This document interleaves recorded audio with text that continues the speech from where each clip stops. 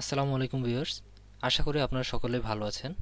গত পর্বে আমরা দেখেছি কিভাবে SW-DTM সফটওয়্যারটি ডাউনলোড এবং ইনস্টল করতে হয়।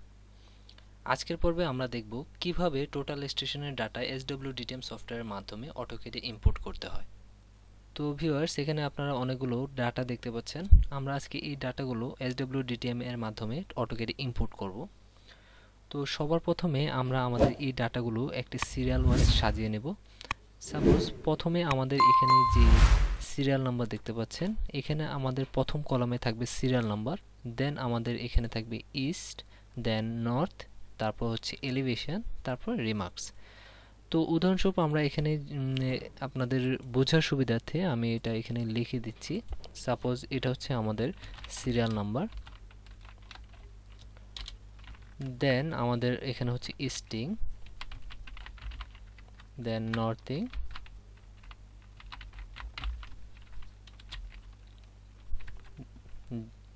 elevation,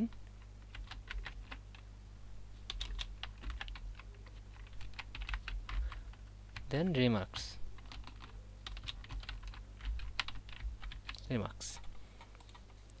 তো এই সিরিয়াল অনুযায়ী আমাদের ডাটাগুলো সাজাতে হবে। তারপর প্রথমে আমাদের থাকছে সিরিয়াল নাম্বার, দেন ইস্ট, নর্থ, এলিভেশন, দেন রিমার্কস। এই সিরিয়াল অনুযায়ী আমাদের যে ডাটাগুলো সাজানোর পরে আমরা এই সম্পূর্ণ ডাটাগুলোকে সিলেক্ট করে নেব কন্ট্রোল এ প্রেস করে। তো সবগুলো ডাটা সিলেক্ট করার পর তো আমার এখানে অনেকগুলো ডাটা আপনারা দেখতে পাচ্ছেন। সাপোজ এখানে আমাদের ডাটা আছে প্রায় 1326টা। তো আমি যদি এটা এইভাবে সিলেক্ট করি, সাপোজ আমি এখান থেকে এইভাবে সিলেক্ট করলাম, তাহলে আমার অনেক সময় লাগবে। তো এই সময়টা আমাদের অনেক সময় আমাদের মিসিং হয়। এই জন্য আমরা কি করব, জাস্ট যে কোনো একটা পয়েন্টের উপর ক্লিক করে আমরা কন্ট্রোল এ প্রেস করব, তাহলে আমাদের সম্পূর্ণ কোডগুলো সিলেক্ট হয়ে যাবে। দেন আমরা এটাকে মিনিমাইজ করে আমরা আমাদের আগে অটোক্যাড সফটওয়্যারটি ওপেন করে নেব। এটা আমি আগেও আপনাদের বলেছি যে আমাদের SW-DTM ওপেন করার আগে অবশ্যই আমাদের অটোক্যাডটা ওপেন থাকতে হবে। তো আমরা SW-DTMটা এবার ওপেন করে নিচ্ছি। তো এখন আমরা এই যে এক্সেল ফাইলটা যখন আমরা সিলেক্ট করার পরে এখানে আপনারা দেখতে পাচ্ছেন আমাদের এক্সেল ফাইলের ডাটাগুলো সিলেক্ট আছে। এই সিলেক্ট অবস্থায় আমরা SW-DTM এর প্রথম যে অপশনটা পয়েন্টস, এই পয়েন্টসে ক্লিক করব। দেন এখান থেকে আমরা সেকেন্ড যে অপশনটা ইম্পোর্ট পয়েন্টস ফ্রম এক্সেল, এই অপশনটিতে ক্লিক করব।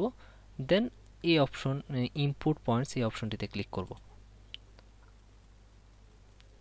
তো এখানে আমাদের ডাটাগুলো ইম্পোর্ট হয়ে গেছে। এবার আমরা যদি আমাদের অটোক্যাডটা চেক করি, তাহলে এখানে আমরা ব্ল্যাঙ্ক দেখতে পাচ্ছি।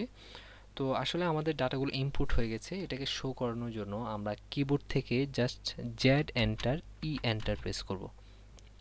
তো এখানে দেখতে পাচ্ছেন আমাদের সম্পূর্ণ ডাটাটা জাস্ট দুইটা ক্লিকের মাধ্যমে আমাদের ডাটাগুলো কিন্তু চলে এসেছে। আমাদের এক্সট্রা কোনো সেটিং বা কোনো কিছু করতে হয়নি।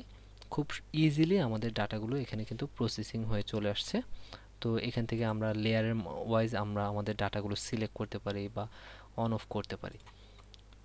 তো এই ছিল আমাদের আজকের পর্ব। তো এইভাবে আমরা খুব সহজেই আমরা টোটাল স্টেশনের থেকে খুব সহজেই অটোক্যাডে ডাটাগুলো ইনপুট করতে পারি। পরবর্তী ভিডিওতে আমরা দেখব যে কিভাবে এটা বাউন্ডারি এবং কন্ট্যুর প্রোফাইল তৈরি করতে হয়। তো আজকে এ পর্যন্তই। সকলে সুস্থ থাকবেন। আল্লাহ হাফেজ।